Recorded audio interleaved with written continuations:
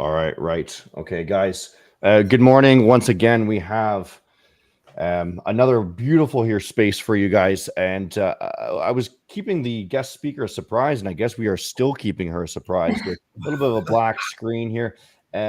Louise is our personal psychologist. She is on a lot of the Maven content on the Maven channel here, right where you're watching from. And we have her hidden just because there was a little bit of technical issues here. But diving into today's topic, she's going to be discussing with us some major issues that traders may have, what they're facing, and how to overcome these problems after you've developed a strategy of your own, right? Because trading is very much revolved around three major pillars. We have your strategy, your risk management, so you don't blow your dang account with an actual good strategy, and then your psychology is really one where, if you don't have your psychology in check, you're going to mess up eventually one day here. So, Louise, why don't you introduce yourself and give us a little bit of your background before I dive into the market analysis here?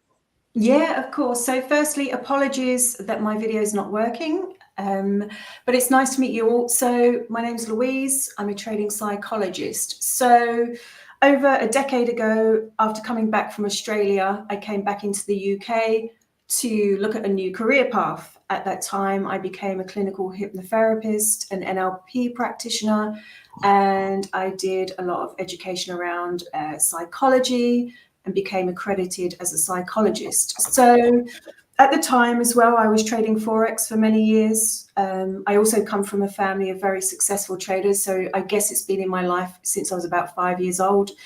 But to cut it very short, over a decade ago, I got contacted by a trader who was experiencing psychology problems, issues.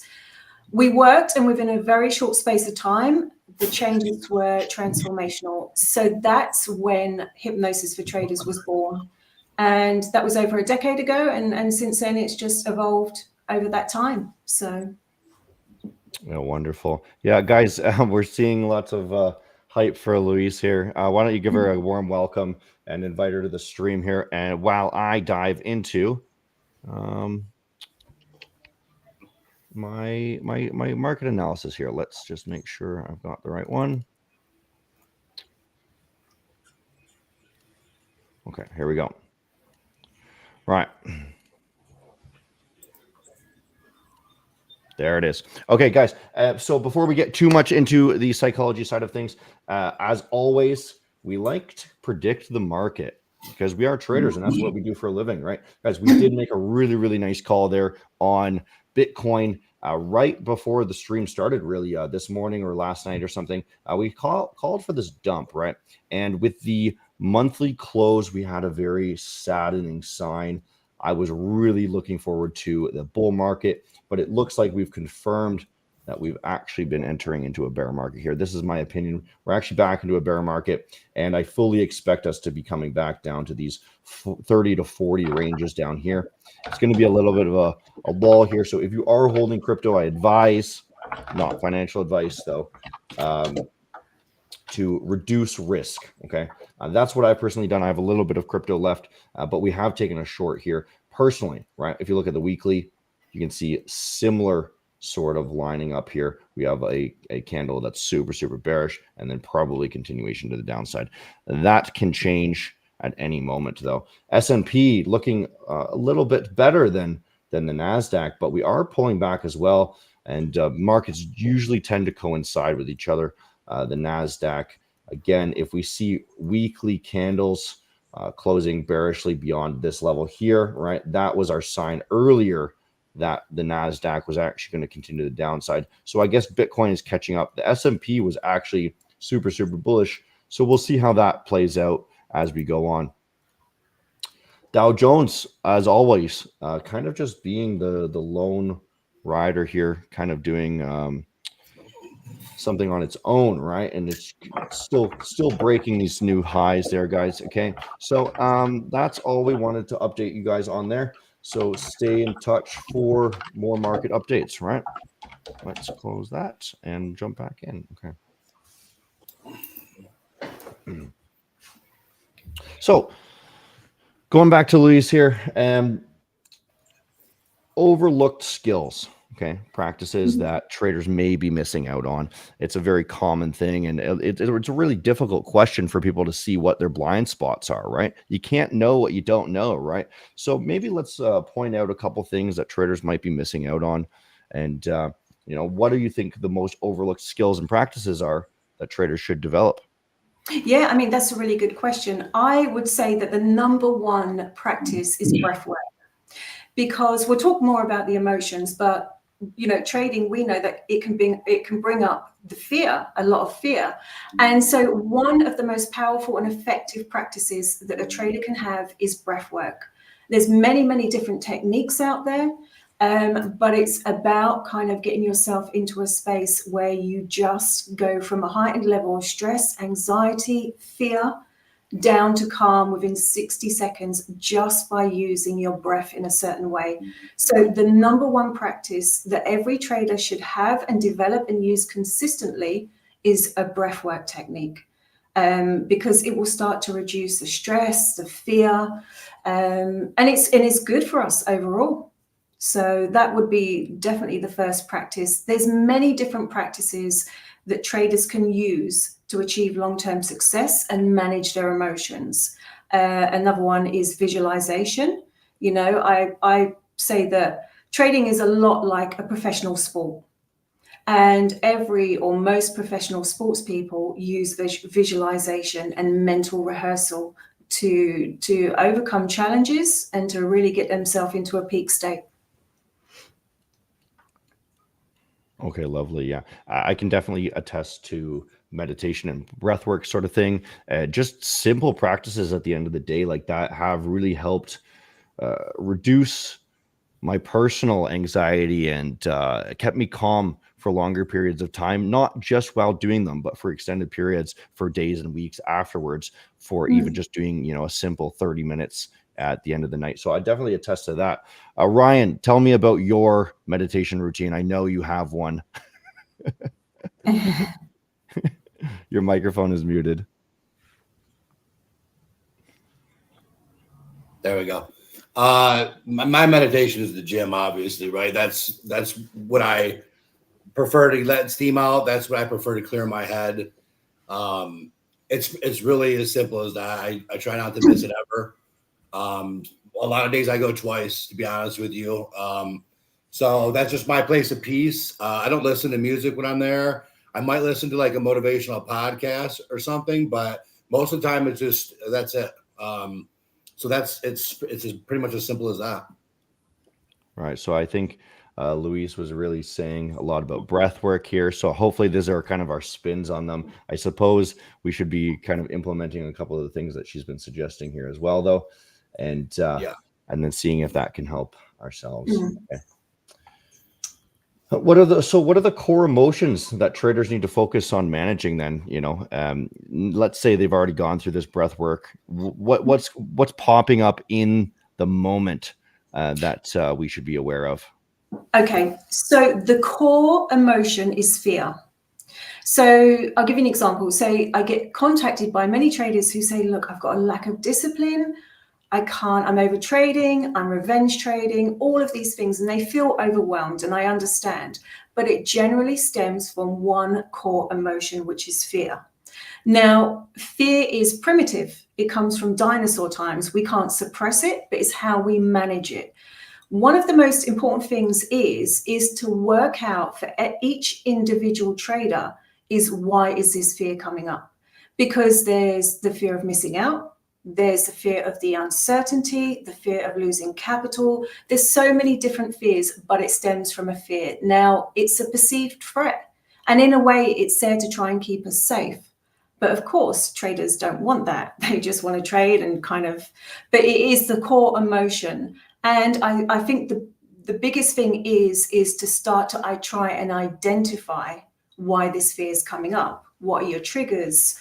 And learning ways on how to manage that. Because I've seen it hundreds of times. When a trader learns how to manage their fear and emotional state, then they're easily able to follow their plan. They're more patient, they're more calm, So I think number one is trying to identify the root cause or causes why this fear is coming up, and then learning ways to manage this fear through different practices. Yeah, lovely. And a large portion of our emotions that we feel are negative emotions, actually, and they're generally used for data purposes. And when you can recognize these emotions such as fear, sadness, disgust, you can use them for a beneficial purpose, because the emotion of calmness doesn't really help you with much in traditional evolutionary purposes, right? Yeah, of course, absolutely. And it's not about suppressing emotions. It's not good for us to try and suppress emotions, because we are emotional beings. We have feelings, we have emotions. They're there for a reason, like you said. But it's how you manage them. It's how you manage your emotional state during trading, before and Yeah. after. And again, there's many different practices and tools and techniques to really manage this. Okay, so that brings me to the next question very easily. How do you manage it? Well, that's a good question. So there's every trader's individual, and there's many different practices and techniques that are absolutely free. Doesn't come at any cost. So of course, there's number one, there's breath work. Every trader should use their breathwork technique before, during, and after their trading session. So that's number one. A visualization or mental rehearsal is another really good technique, because it will start to change the neuro pathways. So say, for instance, when a trader mentally rehearses that they're trading and they're feeling the emotions of calm, they're focused, they're in the zone, they're in a nice state of flow. That will start to happen as they practice visualization every day or consistently. It will become a learned behavior. So there's that practice as well. Another good practice is self-hypnosis, meditation, because you're accessing the subconscious part of the mind. You'll get into that, you're overriding the conscious mind, and you're accessing the subconscious mind, where you can really start to shift some amazing things. You can start to overcome challenges, you can get into a peak state performance, and you can start to eliminate fears, or not eliminate, but reduce fear, and eliminate limiting beliefs as well. Okay. So there's many different practices. Yeah. Cool. So I'm starting to understand like a little bit of a routine here. Before, during, and after, we should be doing our breath work, a little bit of meditation. Now, is this going to take me all day? How long should I be doing this for each day? And I'm assuming every day, right?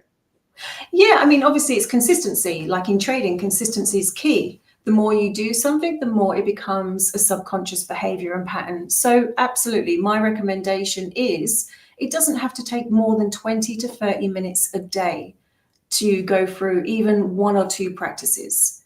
So for me, if I was going back to trading, the two practices I would do would be breath work and hypnosis, because I'd work with my subconscious mind. But it depends on the individual, what suits them. But yeah, no more than 20 to 30 minutes a day. Okay. And I imagine you can incorporate this somehow with your journaling. Do you suggest to do that? I always, journaling is one of the most important things for traders, because it creates more self-awareness. Yeah. And with that self-awareness, it gives you more knowledge. And when we have knowledge, we have power. We're more in control. One of the things I think is really effective for traders to do is to deep dive, really deep dive, not just on their analysis and, their P&L, but to really deep dive and work out, master themselves. Trading teaches us to master within. So it's deep diving. How did you feel emotionally? What could I have done better? What are my weaknesses? What are my strengths? And really work with that. And also another thing I suggest for traders to have is a checklist. So before they even start their analysis and jump into the markets, is to do a checklist. How am I feeling emotionally? Did I sleep well? Do I feel able? Is there anything going on in my life that's affecting my focus? So I think a checklist is good as well for traders to have. Wow. Yeah, this is interesting, because a lot of times people might just use their self-reflection time regarding trading to journal what their trades were like, their ideas they had, and all this data and technical stuff. And you're really saying, dive into, how are you feeling during the day, making sure you're calm down, make sure you ground yourself, mindful of the current state you're in, right? And then that way you could improve your trading from that as well, correct? Definitely. I've noticed the difference between the traders who just jump into the markets as well to the ones that prepare, not just with the analysis and the market watch, but also preparing mentally and emotionally. The difference is day and night, and it's so important. I imagine a lot of this stuff is not just trading specific as well. Yeah, absolutely. Okay. So to spin the switch a little here, biases that traders have going into the market. Well, talking about a lot of the grounding yourself and being mindful, right? First of all, how would we determine if we are biased towards a certain direction, right? And then how would our biases negatively and positively affect our performance? That's a really good question. So one of the most important things for traders, again, is self-awareness, because what we do all day, every day is 95% subconscious, and that is including trading. So there's a lot of traders who can really get caught up doing certain behaviors and patterns subconsciously without even realizing. So self-awareness is number one. That's the most important thing, almost to become the observer of what you're doing, your behaviors. And with that, you can start to identify if a trader has a bias against something. So self-awareness is number one. Now, secondly, biases can cause a lot of problems because they cloud judgment, they change perception. And if a trader has a limiting belief added on top of that, it's just going to reinforce that bias. So again, there are different ways. If it's not serving or supporting the trader, then it's time to challenge that and to change it. And again, there's many different ways that a trader can do this through sort of a reframing technique, journaling, affirmations, and visualization. It's starting to understand a lot of these kind of catchy things that people say you must do. It's starting to make more sense now after you're explaining them, right? The affirmations, the journaling and meditation, right? Everyone says you should do these things, but we're not really explained to us why we should be doing these things, right? It's to, as you're saying, determine our biases, being more mindful, and ultimately help us from stopping our own self-sabotage with our limiting beliefs, correct? Right. So Yes, why are we all sabotaging ourselves? Why are we all messing up and not doing these things? What you know what I'm asking? I do. Self-sabotage is I cannot tell you. I mean, the number one most common word I hear from traders is frustrated. I'm frustrated. I'm frustrated with myself. I know what I'm meant to be doing. Self-sabotage generally stems from two things: fear or a limiting belief, or both. So it is really important, I think, to always try and get to the root cause or causes as to why a trader is doing something. Because if you think about it, like a trader can work on a lack of discipline, but they're just putting a band-aid over a cut. They're not getting to the root cause or causes. So to answer your question, it is generally self-sabotage comes from fear. Because what happens is when that fear, that fight, flight, freeze comes in, traders start to trade irrationally and emotionally. And it's a very physical feeling. The heart's racing, the hands are clammy, the focus is gone. And so that's generally when the self-sabotage comes in, as well as losses. Losses is a big one because, when a trader experiences loss or losses, and it generally stems from their performance, then they're out. The revenge trading comes in, they're trying to fix it. So there's many different sort of aspects to look at, but generally fear is the biggest, most core emotion that causes the biggest challenges for traders. Yeah, I can attest to that, even just with the everyday life. The number of times that you have a bad habit and you say, "Oh, okay, I'll just stop snacking, right? And then it's something that's a bigger root problem. Emma, Ryan, do you have any stories that you want to share about your own self-sabotages? These could be juicy. You guys are muted. Well, self-sabotage. I mean, honestly, for me, for a good portion of time, I used to procrastinate things a lot. And I found that I fell into a bit of a self-sabotaging routine when I did that. As you probably know, Chris, BCIT kind of beat that out of me because it forces you to drop things like that. But yeah, that was definitely very detrimental. Mm-hmm. Mm-hmm. Yeah, for me, I'm reading some of these comments. That's why I didn't take the mute off in time. But people are saying that I don't have any stress, that I don't have any of these things. I have a ton of stress, everybody. Let me tell you. I choose just to not let it focus or just not let it hit me. But I do have definite self-sabotaging behaviors as well. I have throughout my whole life. And for me, when I do one of them or I let one of them attack me, it's like it's amplified. And I really just have to keep those types of things as far away from possible because I let them consume me if I allow them in my life. So that's my advice. Try to keep them away. All right, guys. Yeah, wonderful. Louise, I've got a scenario for you here. Okay. Okay. And let's say I'm stuck trading. Okay. And I've been kind of in a rut. And, I'm doing these self-sabotage things and I keep losing trades. And I'm such an idiot. Why can't I stop snacking in the middle of the night? Why can't I get proper sleep? Why am I not waking up at 5 a.m. to catch the trades on time? Oh, I'm so dumb, right? Negative critical talk, right? Mm-hmm. How do I stop that? How do I stop beating myself up for all these problems that I have? I cannot tell you how many traders are very self-critical. Now, traders inspire me. They warm my heart because they are so resilient. They keep showing up. I think traders are probably the most resilient humans on the planet.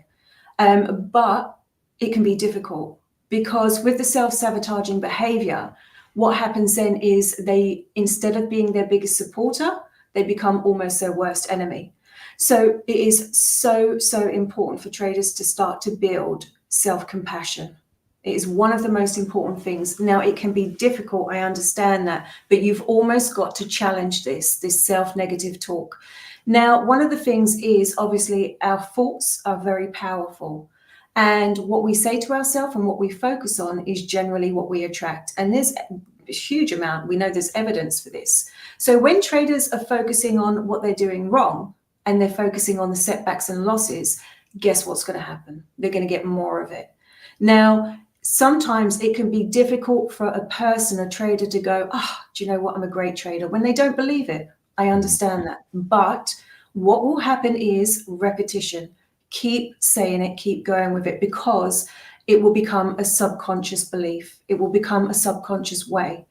And over time, instead of feeling like a failure, the person, the trader, will start to feel differently. Actually, I'm starting to believe this. And this is where transformation comes in.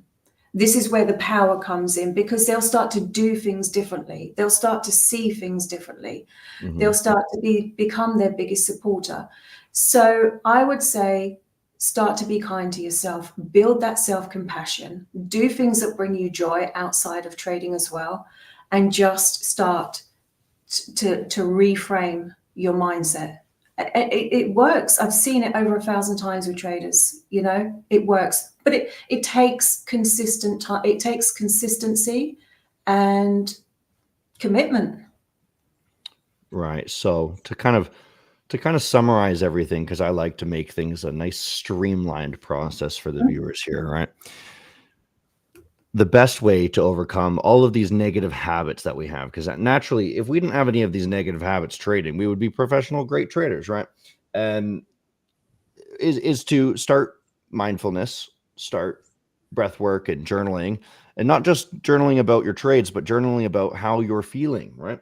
And then from there, over the course of a extended period of time, we're going to start to understand ourselves better, start giving ourselves some self-love, and then be more inspired by ourselves and trust ourselves to be able to be more competent traders over a course of a long period of time. Naturally, you're going to come up with some things in your journal, in your everyday life, and just be a more peaceful person that's going to stop you from making impulse moves, stop you from making as many mistakes, and then be more mindful of those mistakes when they do happen.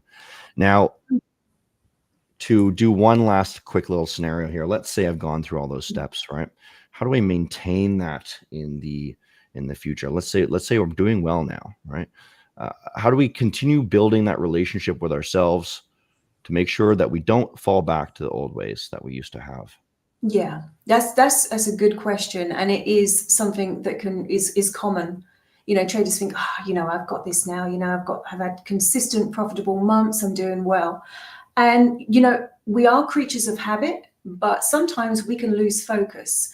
We have to, number one, schedule it. Traders have to schedule in that time. So it's almost like in their diary. Number one, schedule that time, because it's easy to lose track. So it's almost like building a routine, like brushing your teeth.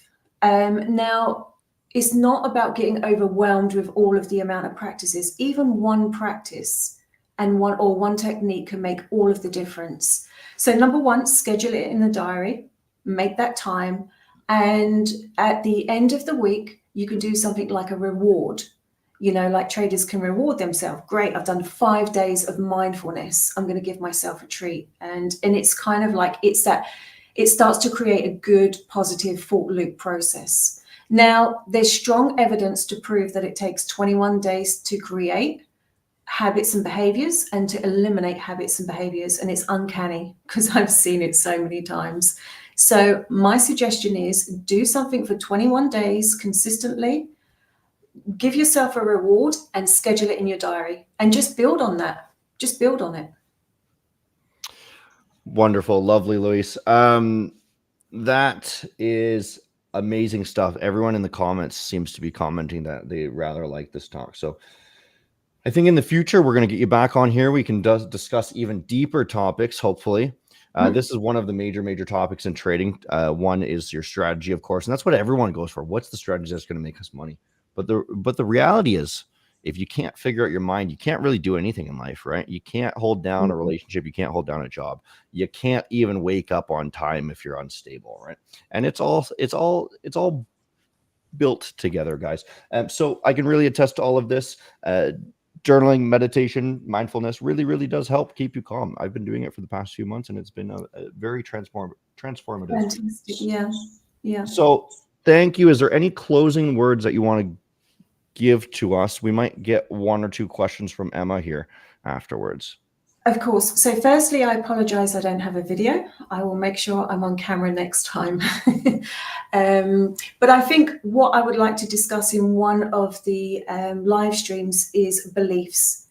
It is one of the most important things for traders, and not just traders, but for us, all of us. So I think it's one of the things that would be great to discuss is around the belief system, because it is day and night. If a trader has a limiting belief that they're not good enough, they will only reach a certain level. So that's something that would be good to discuss at some point. But I think, you know, for traders, the three most important S's is self-awareness, self-compassion, and self-belief. And the beliefs topic really goes close with cognitive behavioral therapy, which is something near and dear to my heart. So I'd love to discuss that deeper with you. I'm sure you're an expert in that field. So Emma, question time. Muted microphone. Yep, that's what I was getting to. First off, Louise, a lot of people are saying that you should be doing ASMR because they really enjoy listening to your voice. Oh, thank you. I've got the hypnotherapy voice. Thank you. So we've gotten so many questions. I'm so sorry, guys. We'd love to get to all of them, but you've been so active today. We just can't. Someone was asking if you have any advice on building and maintaining confidence in their trading strategy, especially during times of market uncertainty.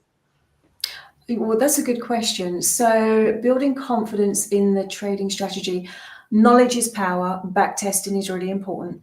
Whatever strategy you've got, the more knowledge and data and that you've got to prove that your strategy works, and you work out your win rate, and you've got good risk management, this is going to build natural confidence in your strategy. Now, a lot of traders do, the first thing they look at when things are going wrong is they look at changing their strategy. But again, you've got to really just be consistent with this. If you know it works, stick with it. And if you're still not seeing results, then you need to invest in your psychology and look into that. Yeah. I hope that helps. Okay. We also got a question on what methods can be used to balance those key emotions of fear and greed, and just trying to make sure they don't dominate trading decisions. Okay, so it's always good for traders to check in during the trading session, to really kind of be the observer. How am I feeling? What's my body showing me? It's not just about what's in the mind and thoughts, but how am I feeling in the body? So the emotions that come in as for traders can be their signals. It can be really beneficial because they can check in and see, right, how am I feeling? Do I need to take a break?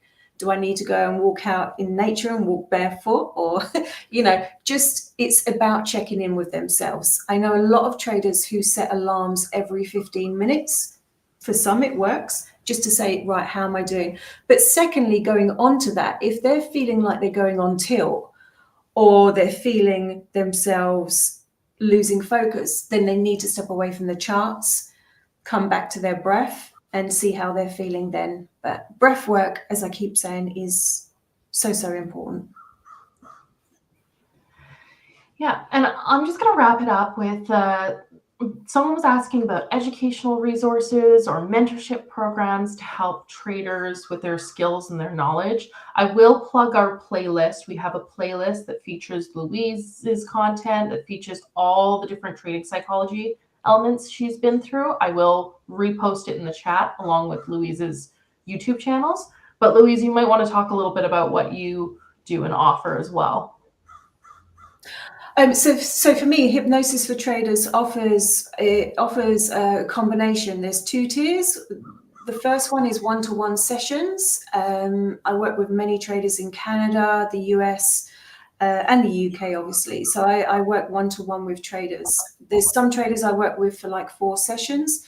Other traders I've been working with for over 8 years. Also, I do have courses, online courses, which solely work with the subconscious mind. So the #1 course program that I have, which is 100% proven, is a trading mindset program, which literally works on every aspect of trading psychology and more. And then there's Money Magnitude. There is, Funded Trader Mastery. That's a course I launched this year. So that helps traders to become funded on the psychology side of things, because a lot of traders find issues with that. But there's many good books out there as well, which I highly recommend. Randy Howe, Brett Steinberger, Atomic Habits is really good. So yeah, I've read Atomic Habits. That's a good one. Yeah, it's a great book. Yeah. Okay, guys. So give us a warm welcome once again for Louise. We're wrapping up here. I've put on stream her Instagram. If you want to plug anything else, any other links, that you can type them out there for me, and I'll post them in the Discord, discord.gg/Maven. If you want to jump in on here, or we do these streams every single Tuesday, 9:30 a.m. PST. You're gonna have to figure that out for your own time zone, because I'm not very good at math.